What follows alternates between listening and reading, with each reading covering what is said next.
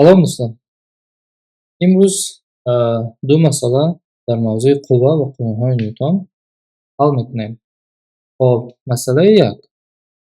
شرط مسئله یک چنین است. و جسم مسش 4 کیلوگرم قوه های F1, F2, F3 که چگونه که نشان داده شده است تأثیر میکنند.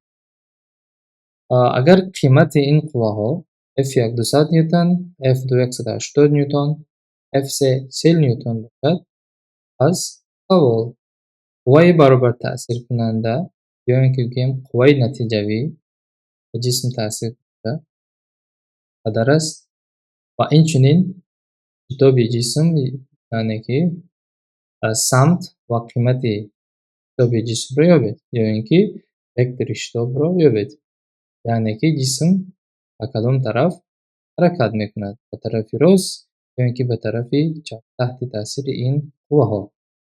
خب بیایید دوستان شروع میکنیم به حل مسئله. خب یعنی که به جسم سه قوه ها تأثیر میکنند و مسح جسم داده شده است. ما باید قوه نتیجوی یا اینکه گوییم قوه برابر تأثیر و شتاب جسم رو باید یافت. خب قوه نتیجوی رو ما چگونه میابیم؟ از درس های پیشینه گفته گذاشته بودیم که قوه نتیجوی این قوه عمومیه که به جسم چکار میکند؟ تأثیر میکند. یعنی اگر ما یک تا در این حالت سه تا قوه داریم، از قوه را میدونیم که بزرگی وکتوری است. از یکم کاری که ما میکنیم باید ما وکتور یعنی انتخاب کنیم سمت مثبت و منفی را. یعنی بیایید دوستان گیریم چگونه که عادتا میگیریم طرف راست را همچون سمت مثبت، یعنی قوه هایی که به طرف راست تأثیر میکنن آنها قوه های مثبت میباشند و قوه هایی که به طرف چپ تأثیر میکنن قوه های منفی. خب یعنی که وکتوری F این F چیست؟ قوه نتیجه. بیاید اینجا قطع کنیم. قوه برابر تأثیر کننده، قوه برابر تأثیر کننده یعنی که میگیم قوه نتیجوی، یعنی که قوه عمومی نیز میتونیم بگیم، یعنی که قوه عمومی. خب یعنی که ما باید بیابیم با این جسم کدام قوه یعنی چقدر قوه وقتی که این سه قوه تأثیر میکند در عموم تأثیر با این جسم تأثیر میکند. خب چگونه که گفتیم همه وقت باید ما سمت یعنی مثبت و منفی رو انتخاب کنیم. اگر یک سمت رو مثبت همچون مثبت انتخاب کنیم این معنی اون را دارد که قوه هایی که به این طرف میکنند قوه هایی چه هستند؟ مثبت هستند و قوه هایی که مقابل این سمت یعنی طرف چپ تأثیر میکنند قوه های منفی میشن. یعنی این شرط نیست که همیشه طرف راست طرف مثبت باشد، میتواند شده انتخاب میکنیم طرف چپ را مثبت و طرف چپ راست میشد منفی. خب اکنون وقتی که گفتیم قوه نتیجوی را در سببی که قوه وکتور است یعنی باید یک سمت رو و دیگر سمت چی میشد؟ منفی. خب پس کدام قوه ها در اینجا از روی انتخاب قوه های مثبت هستند؟ یعنی یگانه قوه که به طرف مثبت یعنی به طرف راست تأثیر میکنه قوه F1 است و قوه های باقی مانده F2 و F3 هستند قوه های منفی میشن. پس در فرم در اینجا یعنی یگان فرم نداریم ما در اینجا برای قوه نتیجوی را یافتن، یعنی اینجا تنها روی چی سمت تاثیر این قوه ها باید قوه نتیجوی رو میابیم یعنی که قوه برابر میابیم. خب گفتم F1 قوه منفی است، پس بنویسیم در F1 یعنی پیش از F1 یگان نشانه نیست یعنی معنی این است. پس F2 و F3 چی میشن؟ منفی میشن. مینوس F2 مینوس F3 یعنی این دو قوه ها منفی هستند و F1 مثبت.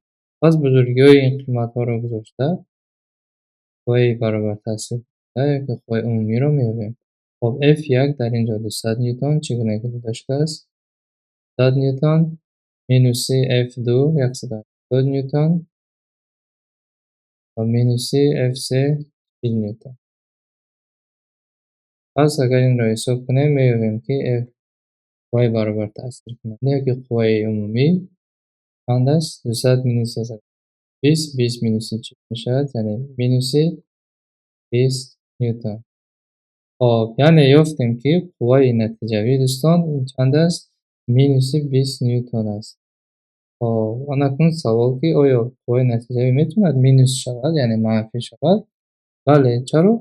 قوه چی است؟ قوه این بزرگی وکتوری است. وقتی که وکتور منفی است این معنای چی را دارد؟ این معنای آن را دارد که سمت این قوه به طرف منفی است. یعنی که هم تحت تاثیر این سه قوه ها قوه نتیجوی جسم 20 نیوتن است. یعنی جسم 20 نیوتن قوه را حس میکند و به کدام سمت؟ به طرف منفی یعنی به طرف چپ.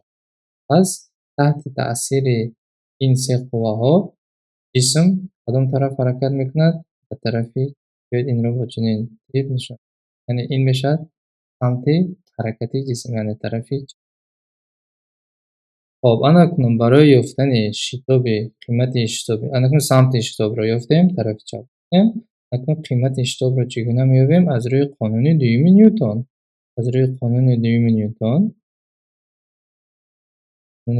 نیوتن خب از روی قانون دوم نیوتن گفته بودیم که قوای برابر تأثیر کننده یعنی که F برابر میشد با حاصل ضرب مسته و شتاب. درست؟ خب از اینجا اگر شتاب رو یابیم قیمت شتاب رو یابیم دوستان این میشد F می M.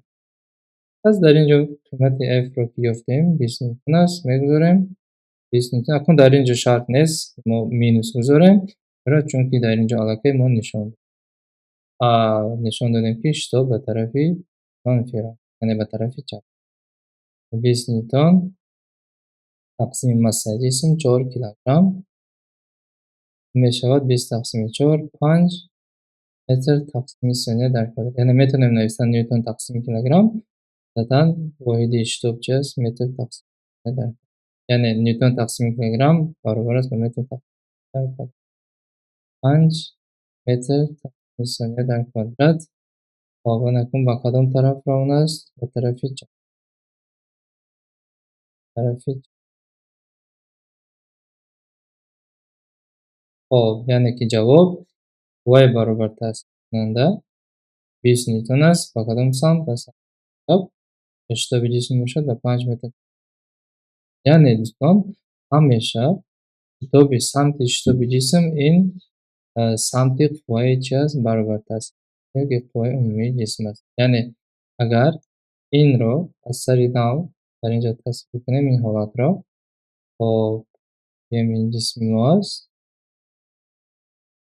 یعنی که تاثیر این سه قوه ها برابر است با تاثیر این یک قوه یعنی قوه برابر تاثیر 20 نیوتن.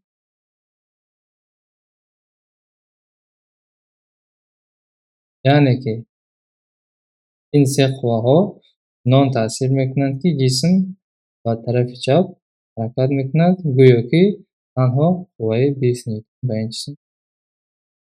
البته که سمت اشتاب جسم گفتیم و سمت این قوه برابر تاثیر داخل. یعنی این حالت عیناً داخل است با چنین حالت. یعنی ما این سه قوه را با یک قوه طور میکنیم باز. خب این است مسئله یک.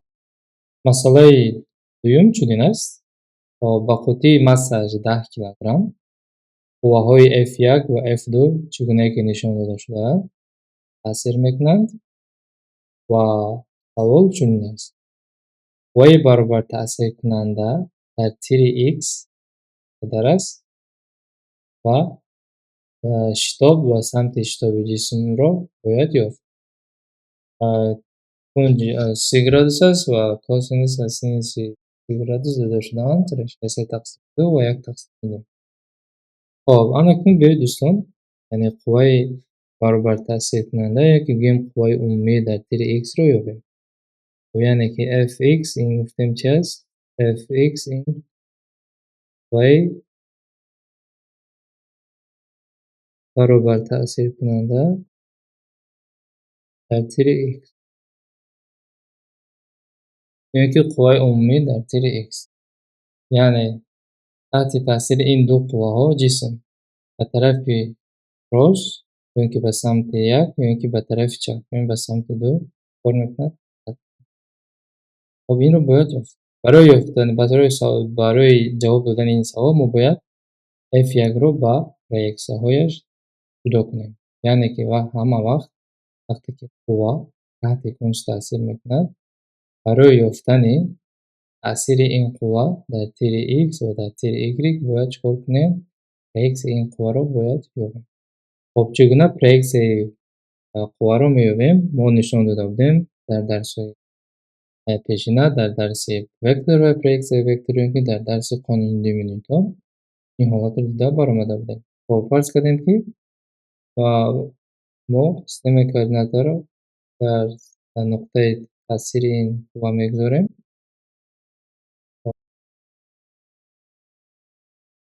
خب این میشه تیر y این میشه تیر x و اکنون x وکتور f1 در تیر x چگونه میابیم؟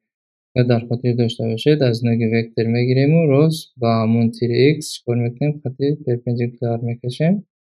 این خط پرپندیکولار چون است و سمت f1 در تیر x میشد به طرفی راست.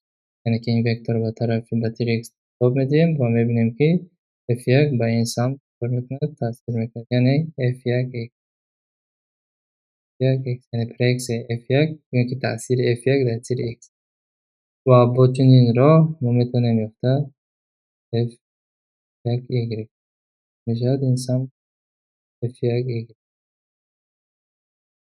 یعنی که دوستان ما میتوانیم این جسم را چنین تصویر کنیم. خب میتوانیم چنین تصویر کنیم در اینجا میگیریم خود جسم را یعنی اگر با نقطه خود جسم را اشاره کنیم به یک نقطه خود جسم را اشاره کنیم پس باید با نقطه های دیگر یعنی اینجا F2 به طرف پاها را نشان میدیم F2 به طرف چپ تاثیر میکند F2 و F1 را از سبب اینکه F1 را ما تقسیم کردیم به پریکسه هایش پس ما تنها F1 و F1 را نشان میدیم F1 خود F1 را نشان نمیدیم یعنی F1 بس بالا تاثیر میکند و F1 باشد به طرف. خب اکنون این است دوستان تأثیر قواها در تیر x و y. خب اکنون برای یافتن قوای نتیجوی در تیر x خب این در تیر x میکنیم خب یک سمت رو همچون سمت مثبت انتخاب میکنیم سمت دیگر رو سمت چی؟ منفی. خب بیایید طرف راست رو همچون سمت مثبت انتخاب کنیم در تیر x و طرف چپ را باشد تیر منفی. پس قوای نتیجوی در این حالت می شود در تیر x اینجا میتونیم اشاره کنیم در تیر x قوای نتیجوی fx برابر است به چه؟ گفتیم f1x تاثیر f1x را همچون تاثیر مثبت قبول میکنیم و تاثیر f2 رو باشد همچون تاثیر منفی یعنی فقط f2 یعنی f1 در اینجا نمینویسیم. چرا؟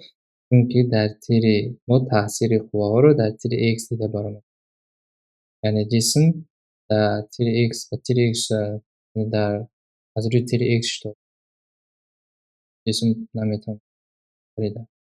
خب f1 یعنی در تیر دید هست و تنها تیر x رو دیده برآمد. اکنون برای یافتن قیمت fx باید چکار کرد؟ باید قیمت f1x رو داد. اکنون f1x رو چگونه میابیم؟ باز اینجا میگردیم از روی این سکنجه خب از این سکنجه چکار میکنیم f1x این کتتی به این کنج چسبیده است درست f1x یعنی طرف سکنجه که با 90 گرادوس چسبیده است پس ما باید در چی رو به خاطر رو بیاریم قاعده کوسینوس رو کوسینوس 30 گرادوس برابر است کتتی با این کنج خوابیده یعنی f1x تقسیمی هیپوتنوز یعنی درازی این طرف این است چند 400 نیوتن میتونیم f1 بذاریم. خب پس از اینجا ما میتونیم f1x بیابیم f1 x برابر میشد به f1 ضرب کوسینوس سی ضرب کوسینوس سی. یعنی که دوستان در اینجا ما میتوانیم f1 x رو عوض کنیم با f1 کوسینوس سی گراد. پس اگر در اینجا عوض کنیم میشود که f1 ضرب کوسینوس سی گرادوس مینوس f2. پس در تیر x y عمومی برابر میشه به این فرمولا. خب بیاید یک بار دیگر نویسیم مینوس f2. قیمت این بزرگی رو بذاریم اگر پس میشود که f1 400 ضرب ریشه 3 تقسیم 2 مینوس f2 3. اگر این را حساب کرده برایم تقریبا میشود برابر به 46 نیوتن. نه که در اینجا میبینیم که f1x از f2 کلان است، یعنی مثبت میشود fx برابر میشود به 46 نیوتن، یعنی سمت مثبت گفتیم کدام طرف است؟ طرفی راست. پس fx 46 نیوتن است و طرفی راست.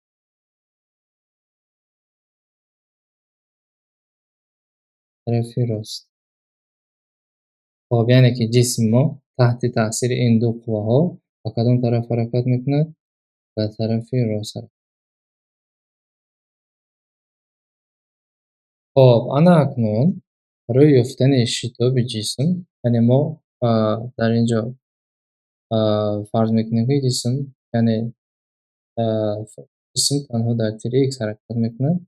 پس شتاب جسم تنها یا اینکه طرف یک یا اینکه طرف دو میشه. خب از سبب آنکه قوه نتیجوی یا که گیم قوه برابر تاثیر کننده در تیر x 46 نیوتن به طرف راست است. پس از روی قانون دویم نیوتن میدانیم که شتاب جسم برابر است با y برابر تاثیر کننده تقسیم ماسه.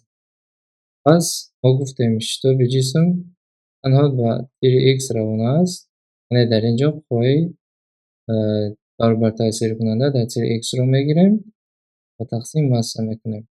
قوه برابر تاثیر کننده در تیر x 46 نیوتن به طرف راست است، ماسه 10 کیلوگرم. یعنی این میشود 4 از 10 6 متر تقسیم 39 در کوادرات. نکن سمت شتاب کدام طرف است؟ یعنی شتاب یا خلاص به سمت برابر تاثیر کننده در تیر x. در تیر x قوه ما به طرف راست بدین را پس میشود طرف راست، اینکه شتاب میشود